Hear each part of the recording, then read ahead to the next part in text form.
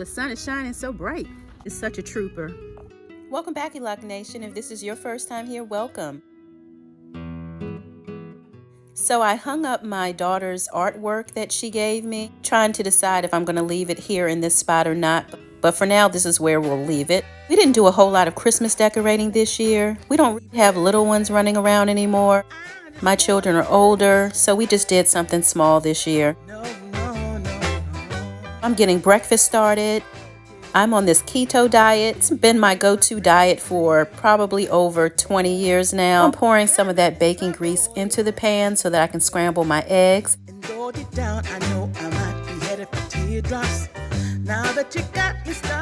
I'm getting this keto diet together.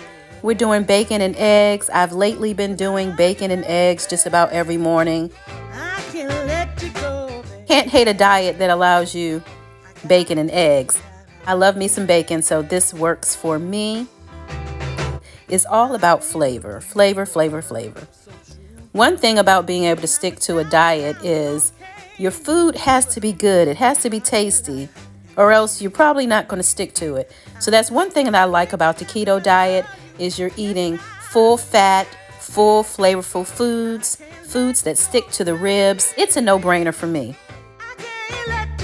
Yes, I do miss potatoes. Yes, I do miss rice and all of those starchy carbs. And I do miss cake and, but those things have not been serving me well. So this is why I'm in the situation that I'm in today.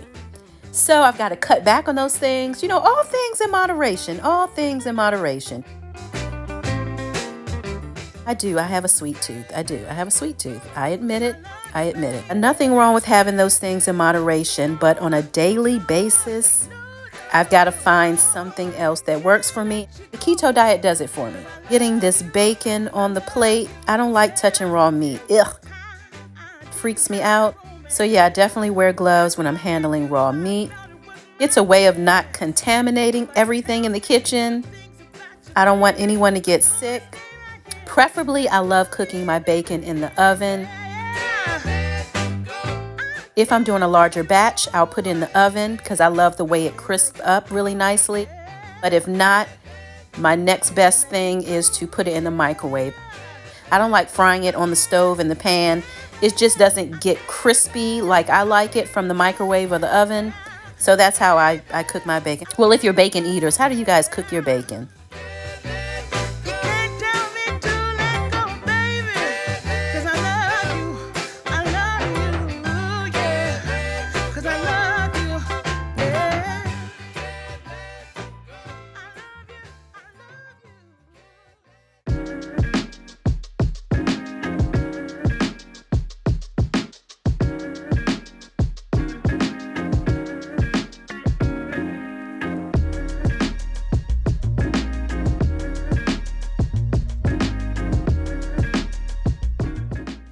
Temperatures have definitely dropped out there.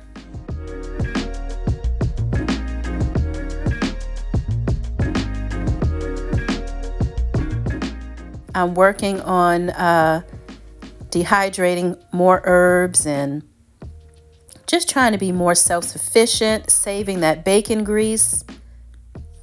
Definitely adds flavor to your foods.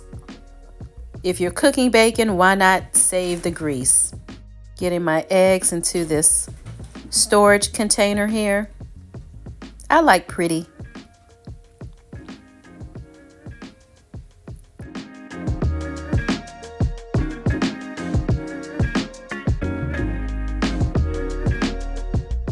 These colorful peppers, my cilantro, giving it a mix.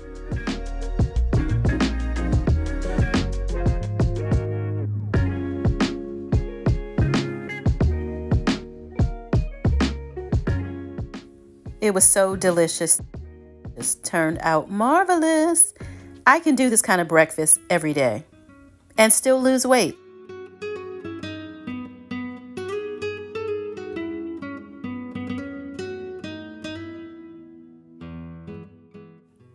All of the stress that just comes with everyday life, everyday living, can take its toll on all of us mentally.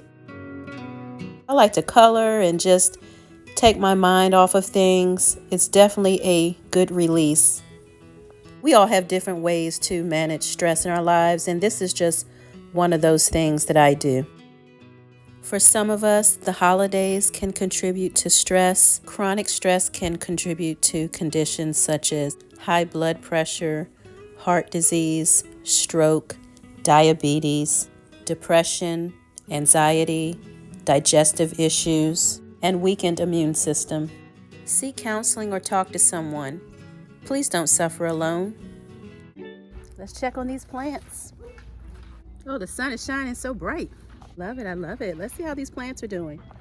It's Thursday, December the 19th. It is currently 46 degrees here in my Maryland Zone 7B backyard garden.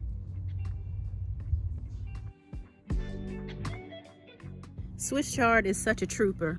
It's December and we've had a few frost and freezes.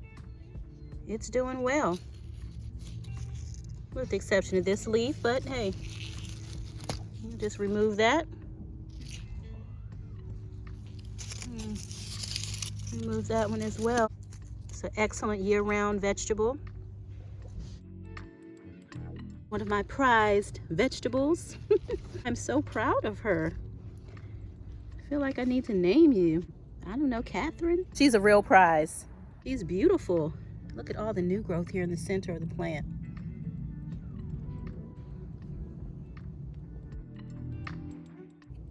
Lola Rosa lettuce.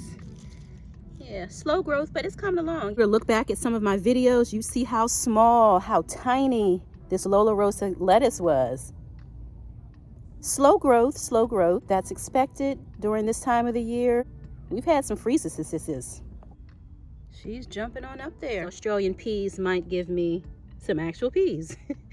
We'll see. That is the hope, but it's alive. It's not dead.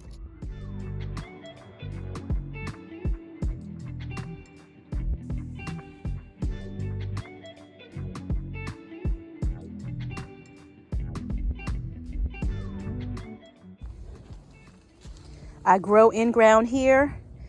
Usually this is where I plant my tomatoes. I don't really plant much of anything else in this area here. Maybe some flowers, but mainly this is tomato row. Hence the tomato cages. I grew non-stop eggplant, my raspberries here. Some sage, overwinters well. Even though it overwinters well, it doesn't continue to grow at the same rate that it does when it's warm outside, but it doesn't die, as you can see. The leaves are still green and the pansies are hanging in there. Parsley.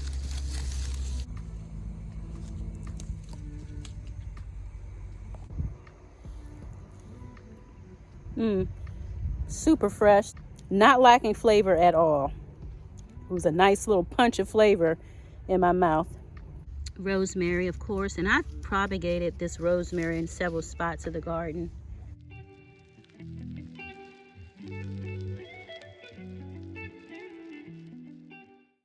I harvested these for Thanksgiving dinner. The brassicas do pretty well here in my Maryland Zone 7B garden. Ample enough space to just go ahead and start dropping seeds or putting in transplants. These grow bags will be good and ready for that. Some low temperatures, and I didn't want to lose the lettuce, so I covered it, and I'm glad I did because it looks great. And this is some of that rosemary that I transplanted. We're gonna get down into the 20s overnight, so I'll pop this back on at that time. Just wanted to see if there would be a huge difference in covering them versus not covering them. And as you can see, the ones that are uncovered are actually fine. See, these are further along compared to those other baby ones that I have over there in the grow bags. And so that's the key. The more mature they are, they're gonna do much better. I'll just open up the vent here, and I'll go ahead and I'm gonna leave that on there. I didn't want to lose it all, so I figured, well, I'll try to save some. But they're doing well, so yay for mustard green. I've been burying kitchen scraps here in this bed, so it'll be ready for spring. I have to do the same here. So this is how I add nutrients back to the soil, kitchen scraps. And so instead of just throwing them out into the garbage, we reuse them here in the garden. They are fine. A little limp, but hey, we've gotten rain and the soil is moist. So yeah, they're fine. I cannot wait to see my hibiscus grow back in the spring. Beautiful red dinner plate flowers. Gorgeous. Harvested these broccoli leaves for Thanksgiving Day dinner. Those greens were so good. We mixed the collard greens, cabbage, greens, as well as the broccoli leaves. It was so good. Got some kale here. Something's been munching on it. Snails, slugs. See traces of slug activity. I do see the slime.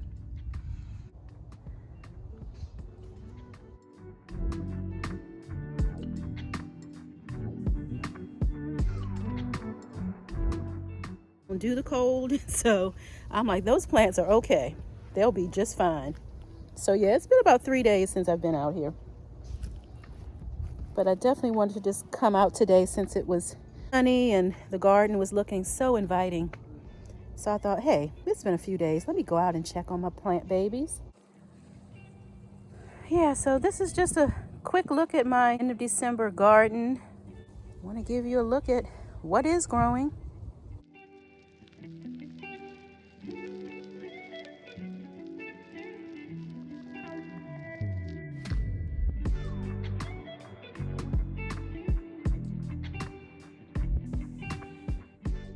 Thanks for being here with me. Be kind to yourself as well as others. We are all going through something. See you next time.